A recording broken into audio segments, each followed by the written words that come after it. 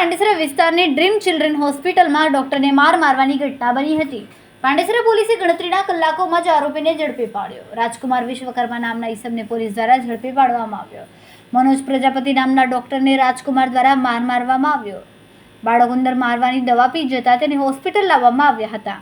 Doctor દ્વારા 48 કલાક ઓબ્ઝર્વેશનમાં રાખવાનું જણાવતા પરિવાર બાળકને લઈને ચાલ્યો ગયો હતો. ત્યારબાદ બાળકના સંબંધી રાજકુમાર વિશ્વકર્મા હોસ્પિટલ પર આવ્યા અને ડોક્ટર સાથે મારામારી કરી હતી. રાજકુમારે ડોક્ટરને 10 થી 12 જેટલા તમાચા માર્યા હતા. સમગ્ર ઘટના સીસીટીવીમાં કેદ પણ થઈ છે. ડોક્ટરે આ સમગ્ર મામલે પાંડેસરા પોલીસ સ્ટેશનમાં અરજી કરી. પોલીસે ફરિયાદ દાખલ કરીને ગણતરીના કલાકોમાં રાજકુમારને ઝડપી પાડ્યો. પાંડેસરા પોલીસ સ્ટેશન વિસ્તારમાં કાલે 6:30 વાગે શામે આશરે એક હોસ્પિટલ છે dream children and general hospital. આમાં એક ડોક્ટર છે મનોજ પ્રજાપતિ.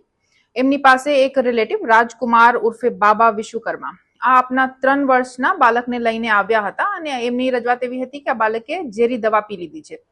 તો એના પછી ડોક્ટરે સલાહ આપી કે એમને એડમિટ કરવું પડશે અને કદાચ જો મરીજ સિરિયસ હોય તો એમને બીજી જગ્યા પર રેફર કરવું પડી શકે છે. તો આ પછી આ લોકોએ ઇલાજ નથી કરાવ્યા અને ત્યાંથી જતા રહ્યા.